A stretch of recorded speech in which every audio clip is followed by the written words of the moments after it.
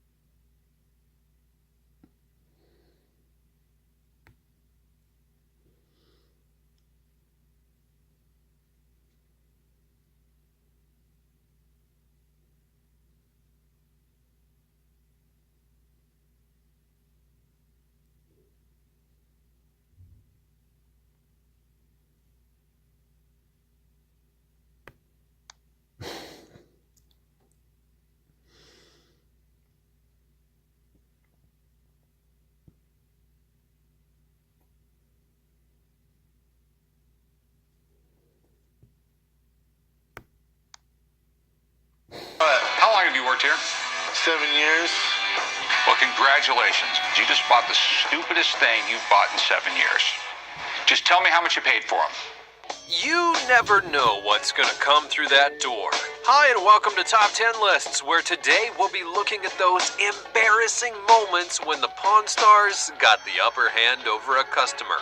This is 10 times that the Pawn Stars scam sellers. And be sure to watch until the end, because you might have the chance to win a $100 Amazon gift card. Hey, I got this 61 Willie Mays uniform. I got this jersey with the matching pants underneath. You're bringing me in something here that's amazing. Number 10, Willie Mays jersey. Now, why not begin our list in a positive manner? We know that the Pawn Stars are going to haggle their way into a low price when it comes to buying an item, and it's necessary if you're going to resell the item to make some kind of profit. Sometimes, though, even when negotiating a lowish price, the Pawn Stars can still get scammed. Anyways, in a 2012 season episode, a seller once came in with a supposedly game-worn Willie Mays San Francisco Giants uniform from 1961.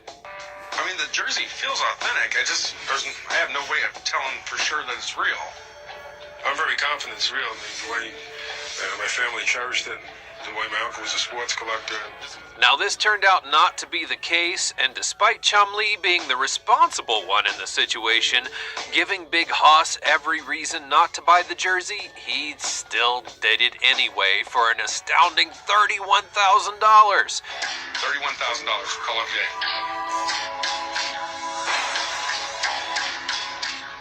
Sounds good. All right.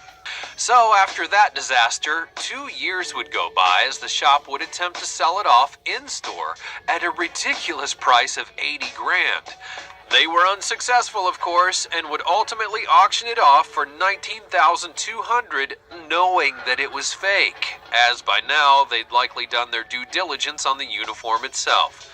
So, while the shop itself took a loss of over 11 grand, the buyer at the auction got it even worse, because it turns out the jersey wasn't even owned by Mays, let alone ever worn, and was really a simple salesman sample that was worth at best maybe $3,000. This left the poor sap to take a hit of his own at a potential loss of roughly 17 grand. I got something for you. Oh, sweet, a ninja sword. No, that's a samurai sword. Same thing. Number 9, Yatsusugu sword. Crossing paths once again with a lawyer who sold the shop a Grammy that they could not sell by law, Corey Big Hoss Harrison knew that he had to be cautious. But it's obvious that he knew exactly what he was dealing with, at least by judging his backroom confession. Samurais were highly skilled Japanese warriors, and their main weapon was their sword. The master swordsmiths who made them really had to make them perfect, so it could take over 6 months to finish one. This time, bringing in a Yatsusugu samurai sword, which a client left as collateral. David, the seller, came into the shop unsure of what to expect. Corey knew the potential that the item had, however, which is why he had his starting bid at a rather low price of just $800. Probably my biggest concern is whether or not this can be restored in the States. That being said,